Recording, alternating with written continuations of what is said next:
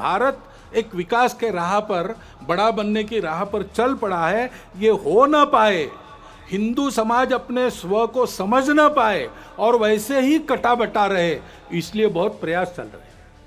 जो जो भारत का है उसकी निंदा करना, जो जो भारतीय है उसकी निंदा करना, भारत के जीवन की, भारत के धर्म की, भारत की परंपरा की, इतिहास की, वर्तमान की, व्यवस्थाओं की, सबकी निंदा करना, भारतीयों के हृदय में स्वयं के बारे में ही अश्रद्धा उत्पन्न करना, ऐसा स्थूल और सूक्ष्म एक सांस्कृतिक आक्रमण भी लगातार चल रहा है, इस भय से कि अगर ये सारी बातें भारत में ठीक हो गई तो हम नहीं चल पाएंगे।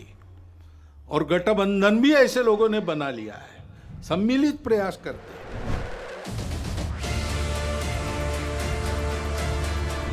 तकनीकी के आधार पर नई नई बातें जो आ रही, वो और आग में घी डालने का काम कर रही।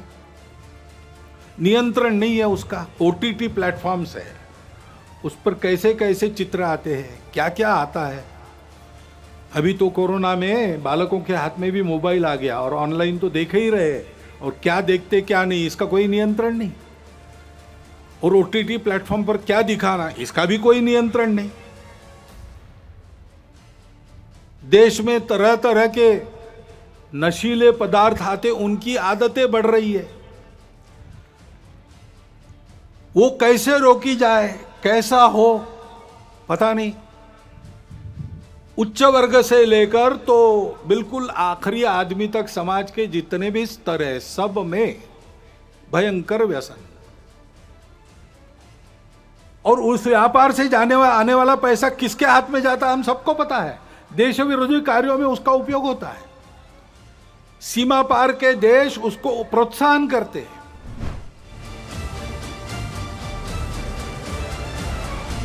वायव्य सीमा के पार तालिबान खड़ा हो गया। अब तालिबान का पूर्व चरित्र क्या है हम सब जानते हैं, और उसकी जो बातें हो रही है वो दो प्रकार की हो रही। कभी कहता है कि अच्छे रहेंगे, कभी कहता है कि नहीं हम वही है पहले से। तो इसका एक स्पष्ट संकेत है कि हमसे सावधान रहना चाहिए। और तो और उस समय उसका समर्थन करने वाले जब खड़ा हुआ था, रशिया भी था, तुर्कस्तान भी था, चीन और पाकिस्तान तो आज भी है। अब तालिबान बदला भी होगा, पाकिस्तान बदला है क्या? ऐसा तो बिल्कुल नहीं है। चीन का इरादा भारत के बारे में बदला है क्या? ऐसा तो बिल्कुल नहीं है।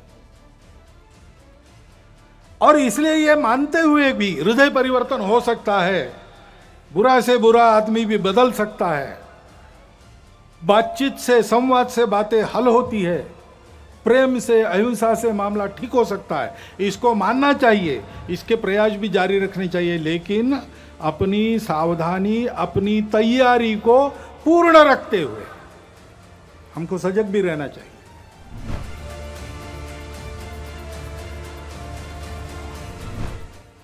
सीमा पार से हो गई अवैध घुसपैठ पर पूर्ण रूप से अंकुश लगाया जाए। राष्ट्रीय नागरिक पत्रिका का निर्माण कर इन घुसपैठियों को नागरिकता के अधिकारों से तथा भूमिकरित के अधिकार से वंचित किया जाए। जो अनधिकृत प्रवेशकारी लोग हैं वो हमारे देश में बसने वाले, सदियों से बसने वाले, पीढ़ी दर पीढ़ी बसने वाले नागरिक बने हुए, किसी के प्रति ये बात नहीं है।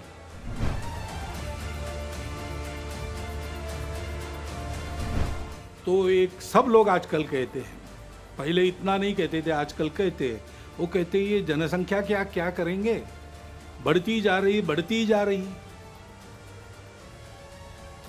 तो जनसंख्या नीति तो होनी चाहिए। अपने यहां विचार हुआ है, एक परिवार में 2.1 ऐसा कहा है ना, 2 बालक रहे, ऐसा विद्वानों ने मिलकर निश्चित किया, सरकार ने उसको स्वीकार किया, ये सब हुआ है। लेकिन हमको लगता है कि एक बार फिर विचार कर लेना चाहिए, क्योंकि 2 बातें, सारी बातों का विचार करना। अभी हमारे देश में, हमारा युवाओं का देश है, 56-57% युवा है। 30 साल के बाद ये सब बूढ़े बनेंगे, उनको खिलाने के लिए भी हाथ लगेंगे। कितने हाथ लगेंगे?